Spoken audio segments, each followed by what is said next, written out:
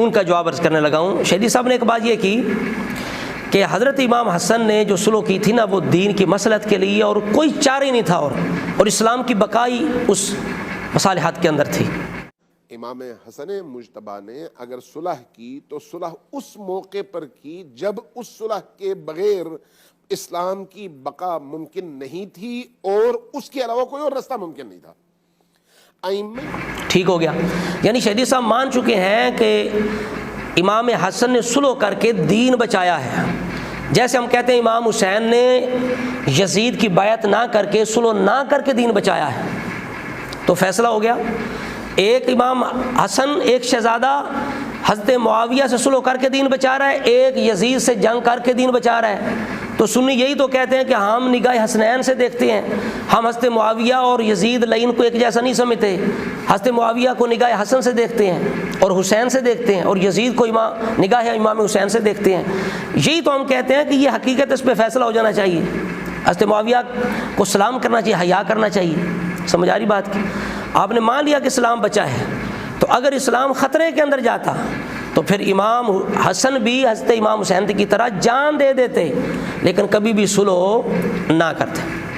اب آگے جو شہیدی صاحب نے یہ ایک بات کی کہ جناب وہ 30 سال تک خلافت رہی، اور اس کے بعد جناب کاٹ کھانے والی بادشاہت آ گئی۔ حدیث علماء کرام سے یہ روایت سنی ہے کہ 30 سال تک خلافت باقی رہے گی، اور 30 سال کے بعد بدترین بادشاہت شروع ہو جائے گی۔ تو اسلام تو آیا ہی بادشاہت کی بنیاد کاٹنے اور ختم کرنے کے لیے تھا۔ تو جب بادشاہت کی بنیاد شروع ہو جائے گی تو اس کے بعد آپ کہیں کہ معاملہ تو ٹھیک ہو گیا، نہیں بھائی، تازہ یہاں سے شروع ہوا ہے حق اور باطل کا معرکہ۔ تو اس لیے اس معرکے میں پھر آپ کبھی بھی یہ نہیں کہہ سکتے کہ معاملہ ختم ہو گیا۔ تو یہاں بھی شہیدی صاحب جو ہے وہ امام حسن کی بے ادبی گستاخی کر رہے ہیں۔ اگر آپ کو علم ہے کہ آپ کاٹنے والی بادشاہت آ رہی ہے تو امام حسن کو کیوں علم نہیں تھا؟ اب آپ کہتے ہیں نا کہ وہ وراثت والی حدیث کا کیا حضرت فاطمہ زہرا کو علم نہیں تھا؟ تو آپ سے میں سوال کرتا ہوں کہ کیا اس کاٹ کھانے والی روایت کا امام حسن کو علم نہیں تھا؟ اگر نہیں تھا تو کیا کہتے ہیں کہ وہ کم علم تھے؟ اگر علم تھا تو انہوں نے عمل نہیں کیا۔ لیکن آپ کو وہ جو صاف ستھری چیز ہے وہ اچھی نہیں لگتی، آپ گندی چیز پہ بیٹھتے ہیں مکھی کی طرح۔ رسول اللہ نے یہ جو روایت آپ کہتے ہیں کاٹ کھانے والی، اس سے مراد حضرت معاویہ کی خلافت، امامت کبھی نہیں ہو سکتی۔ اگر ہوتی تو امام حسن کبھی بھی اس بندے کے ہاتھ میں نظام نہ دیتے کہ جو بندہ معاذ اللہ جس کی بادشاہت اسلام کو کاٹ کھائے گی۔ تو 30 سال والی روایت کس کی ہے؟ کس کا فرمان ہے؟ رسول اللہ کا، کہ 30 سال خلافت رہے گی۔ اب یہ بھی رسول اللہ کا فرمان ہے، اور یہ مسلم کے اندر ہے جو ترمذی سے اعلیٰ ہے، اس کے اندر یہ 4706 اور 8 جو ہے، اس روایت کے اندر رسول اللہ نے یہ فرمایا ہے کہ لا یزال امر الناس مادیا ما والیہم 12 رجلا، کہ اس امت کا جو امر ہے وہ قائم رہے گا جب تک ان کے اندر 12 ولی ہوں گے۔ والی، سمجھ آ رہی بات کی؟ والی اسے کہتے ہیں جو نگران ہو، جسے حکومت ملے۔ تو اب وہ 12 جو ہیں وہ کون ہیں؟ جو ائمہ اہل بیت ہیں جنہیں ہم 12 کہتے ہیں، ان سب کو تو حکومت ملی نہیں۔ تو اب حضرت معاویہ کو اس کے اندر ضرور شریک کیا جائے گا، صحابی رسول بھی ہیں، امام حسن انہیں امام بنا رہے ہیں۔ تو اب ان 12 جو خلفاء ہیں امام، ان کے اندر حضرت معاویہ بھی شامل ہو گئے۔ اگلی حدیث سنیں، اگلی کے الفاظ یہ ہیں کہ 12 خلیفہ، کہ جب تک 12 خلیفہ ہوں گے اسلام غالب رہے گا۔ اب یہاں خلیفہ کا لفظ آ گیا، لوگ کہتے ہیں نہیں جی حضرت معاویہ بادشاہ تھے، خلیفہ نہیں تھے۔ رسول اللہ 12 خلفاء کا ذکر کر رہے ہیں، آپ حضرت معاویہ کو کیسے نکال سکتے ہیں؟ وہ حکمران رہے ہیں۔ پچھلی روایت کے اندر رسول اللہ نے فرمایا والی ہم، وہ ولی بھی ہوں گے، حکمران بھی ہوں گے۔ تو لہٰذا ہم اس لیے ہمارے بزرگ کہتے ہیں کہ وہ 30 سال والی خلافت جو ہے راشدہ وہ خاصہ ہے، اور یہ راشدہ عامہ ہے، یہ بھی خلافت ہے۔ حضرت معاویہ بادشاہ بھی تھے، خلیفہ بھی تھے، امام بھی تھے۔ بادشاہ، خلیفہ، امام یہ متضاد چیزیں نہیں ہیں، یہ ہم مانا ہے، تھوڑا تھوڑا ان کے اندر فرق ہے۔ سمجھ آ گئی؟ اگر رسول اللہ بار بار فرمایا کلہم من قریش، کلہم من قریش، سب قریشی ہیں، سب قریشی ہیں، تو حضرت معاویہ بھی قریشی ہیں، بنو امیہ سے ہیں، وہ قریشی ہیں، تو لہٰذا حضرت معاویہ بھی شامل ہو گئی اس لحاظ سے بھی اس کے اندر۔ تو لہٰذا جو کہہ رہے تھے کہ کاٹ کھانے والی آ جائے گی، بھائی کاٹ کھانے والی اگر خلافت یا بادشاہت آنی تھی تو کبھی بھی حضرت امام حسن صلح نہ کرتے، دین کو نقصان نہ پہنچاتے۔ معلوم ہو گیا کہ امام حسن نے دین کو بچایا ہے، اور حضرت معاویہ کے ہاتھ میں دین جا کے بچ گیا الحمدللہ، کہ 19 سال تک مسلمانوں کا اتفاق رہا، 19 سال تک کسی فرد اہل بیت نے، صحابی نے اعتراض حضرت معاویہ پر نہیں کیا، اور دن بدن جناب بادشاہت پھیلتی رہی، حتیٰ کہ حضرت معاویہ وہ بھی عظیم صحابی ہیں جنہوں نے سمندر پار جا کے بھی جہاد کیا اور اسلام کو سمندر پار بھی پہنچا دیا۔ تو اتنی بڑی عظیم بابرکت جس بندے کی امامت ہو تو اس پر اعتراض کرنا کسی مسلمان کا کام نہیں ہے۔ اب انہوں نے کہا کہ بادشاہ اسلام بادشاہت ختم کرنے کے لیے ہے، یہ بھی امینی صاحب کی جہالت ہے۔ اسلام بالکل مطلقاً بادشاہت ختم کرنے کے لیے نہیں آیا، بلکہ جو ظالمانہ بادشاہت ہے بالکل وہ ختم کرنے کے لیے آیا ہے، اور ختم کرنا چاہتا ہے اسلام۔ حضرت معاویہ رضی اللہ تعالیٰ عنہ کی جو بادشاہت ہے وہ ظالمانہ نہیں ہے، بلکہ جب غزوہ خندق کے دوران رسول اللہ نے یہ پیش گوئی دی نا کہ فارس اور شام فتح ہوگا، تو یہودیوں نے اعتراض کیا کہ یہ کیسی بات ہے، کیسے فتح ہوگا؟ اس وقت یہ آیت نازل ہوئی، قل اللہم مالک الملک تؤتی الملک من تشاء وتنزع الملک ممن تشاء۔ اے مالک الملک، اے ملک کے بادشاہ، تو جسے چاہے بادشاہی دے اور جس سے چاہے بادشاہی لے لے۔ تو پتہ چلا یہ اللہ تعالیٰ کی عنایت ہے، اگر نیک بندے کو بادشاہی ملے تو اللہ تعالیٰ کا فضل ہے، اگر برے کو ملے تو یہ عذاب ہے، یہ یاد رکھنا۔ اب دیکھیے یہ سورہ بقرہ ہے، شہید صاحب کی معلومات کے لیے، یہاں اللہ رب العزت فرما رہا وقال لهم نبیہم ان اللہ قد بعث لکم طالوت ملکا، کہ ان کے نبی نے کہا اپنی قوم سے کہ اللہ تعالیٰ نے طالوت کو تمہارا ملک بنایا ہے، بادشاہ بنایا ہے، اللہ نے بنایا ہے۔ سمجھ آ رہی بات کی؟ اور آگے صفات کیا، کیوں بنایا، کیوں چنا ہے؟ قال ان اللہ اصطفاہ علیکم وزادہ بسطۃ فی العلم والجسم، اس لیے چنا ہے کہ وہ علم اور جسم یعنی طاقت کے اندر، علم کے اندر تم سے زیادہ ہے۔ اور یہ دونوں شانیں حضرت معاویہ کے اندر تھیں، آپ قوت والے بھی تھے، طاقتور بھی تھے، جس طرح آپ نے کشتی لڑی ایک پہلوان سے رسول اللہ کے سامنے جو رسول اللہ سے لڑنا چاہتا تھا، اور حضرت معاویہ نے بچھاڑ دیا تو رسول اللہ نے دعا دی کہ آج کے بعد میرا معاویہ کبھی مغلوب نہیں ہوگا۔ تو باقی رہی بات علم والی، تو حضرت معاویہ وہ علم والے ہیں جن کے علم اور فقاہت کی گواہی خود فرد اہل بیت ابن عباس، بخاری شریف کے اندر روایت موجود ہے کہ انہوں نے کہا انہ فقیہ، کہ حضرت معاویہ فقیہ ہیں، مجتہد ہیں، صاحب علم ہیں۔ تو پتہ چلا دونوں صفات، دونوں کمال حضرت معاویہ کے اندر موجود تھے، آپ صاحب علم بھی تھے، صاحب قوت اور شجاعت بھی تھے۔ تو اللہ تعالیٰ نے واللہ یؤتی ملکہ من یشاء واللہ واسع علیم، اللہ جسے چاہے ملک عطا فرمائے، جلنے والے جلتے رہیں۔ اور حضرت معاویہ کی بادشاہی، بادشاہت عام بادشاہت نہیں ہے، رسول اللہ کی یہ شان پہلی کتابوں کے اندر موجود ہے کہ وہ پیدا مکے میں ہوں گے، ہجرت مدینے میں ہوگی، وہ ملک و بھی شام، ان کی بادشاہی شام کے اندر ہوگی۔ تو حضرت معاویہ کی بادشاہی کس کی بادشاہی ہے؟ رسول اللہ کی بادشاہی، اور دینے والے کون ہیں؟ اللہ تعالیٰ، اس کا رسول اور امام حسن۔ تو لہٰذا یہ کہنا جی بادشاہی ختم کرنے کے لیے اسلام آیا، تو امام حسن کو نہیں پتا؟ بندے کو شرم آنا چاہیے کہ بندہ دعویٰ محبت اہل بیت کا کرے اور باتیں ایسی کرے کہ جو اہل بیت کی جن کے اندر توہین ہو۔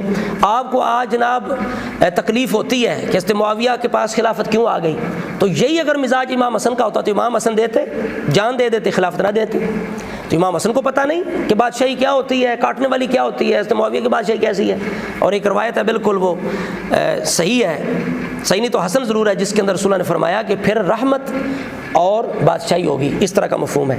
تو حضرت معاویہ کی جو بادشاہی وہ رحمت والی ہے، اور پہلے آپ بادشاہ ہیں اسلام کے جو بالکل عادل ہیں، متقی ہیں، پرہیزگار ہیں۔ آپ کے دور کے اندر الحمدللہ اسلام کو ترقی ملی، عدل ہوا، انصاف ہوا، مال غنیمت آتا رہا، سرحدیں محفوظ رہیں، مسلمان جہاد کرتے رہے۔ اور آپ نے یہ بھی بات کی شہیدی صاحب نے کہ اہل بیت جو ہے وہ امویوں کے ستم کا شکار ہیں۔ ائمہ اہل البیت یا اہل البیت کے افراد ہمیشہ تاریخ اسلام میں امویوں کی زد پر رہے اور ہمیشہ ان کے ظلم اور ستم کا شکار رہے۔ یہ آپ کی کتابیں گواہی دیتی ہیں، آپ اصل میں آپ اپنی تاریخ چھپانا چاہتے ہیں نا، کہ اس وقت ہمارا کریکٹر کیا تھا، ہم کیا کر رہے تھے، کس طرح اہل بیت کو تکلیف دے رہے تھے۔ تو آپ یہ چھپانے کے لیے آپ کہتے ہیں امویوں کی طرف لوگوں کی نگاہ کرتے ہیں۔ امام علیہ السلام نے وہاں پر اپنی صلح اور مصالحت کے اسباب بیان کیے۔ میں نے کیوں معاویہ کے ساتھ صلح کی ہے؟ فرماتے اس لیے صلح کی ہے کہ دو اغتیال، دو منصوبے، دو پلاننگ میرے سامنے آئیں، میں نے دیکھا کہ دو منصوبے ہیں، ایک میرے دشمن کی اور ایک میرے ساتھیوں کی۔